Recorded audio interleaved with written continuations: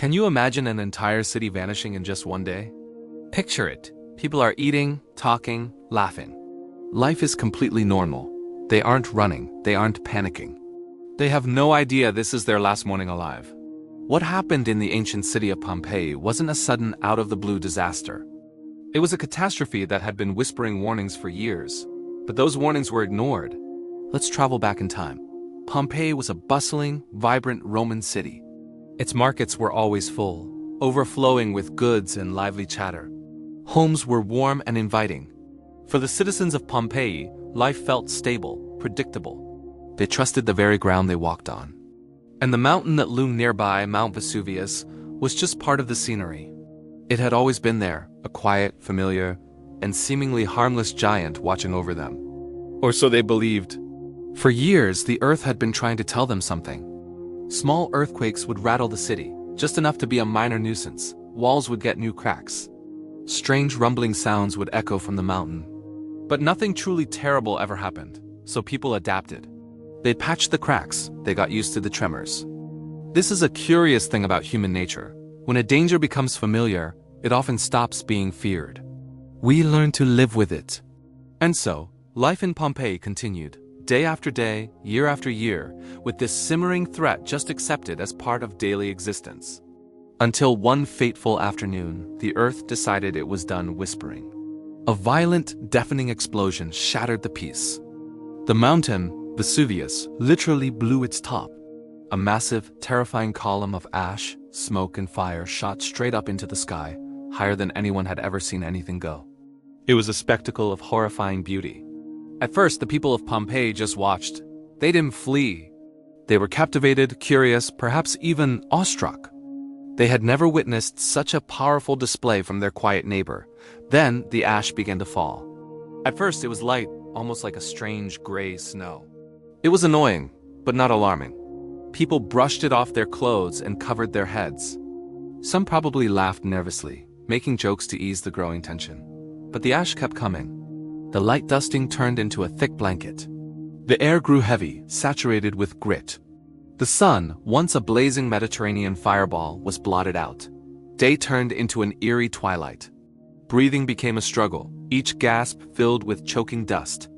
Pompeii was slowly being suffocated, not by fear, but by a creeping, suffocating uncertainty. The weight of the ash was immense. Roofs, unable to bear the load, began to groan and then collapse, trapping people inside their own homes. The once bustling streets filled with a thick sludge of ash and rock, making movement nearly impossible.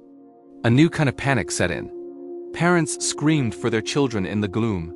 Families were torn apart in the chaos. Some people finally tried to flee, to escape the city's grasp. But it was too late.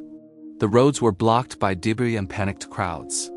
The harbor, their only other escape route, was churning and unreachable. Pompeii was trapped. Night fell in the middle of the day, a complete and total blackness, and then came the heat.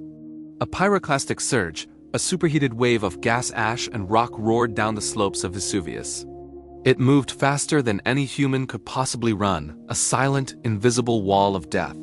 There was no final warning, there was no escape. There wasn't even time to scream. People fell where they stood. They were caught in their homes, in the streets, at the city gates trying to get out. In an instant, Pompeii went silent. The ash continued to fall, burying everything.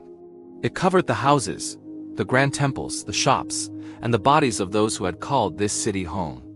The entire city disappeared beneath a thick layer of earth, hidden from the world. And for nearly 1,700 years, it remained that way, untouched, a lost city of ghosts. Pompeii wasn't erased from history. It was preserved by the very thing that destroyed it. When archaeologists finally rediscovered the city in the 18th century, the world was stunned by what they found. It was a city frozen in time.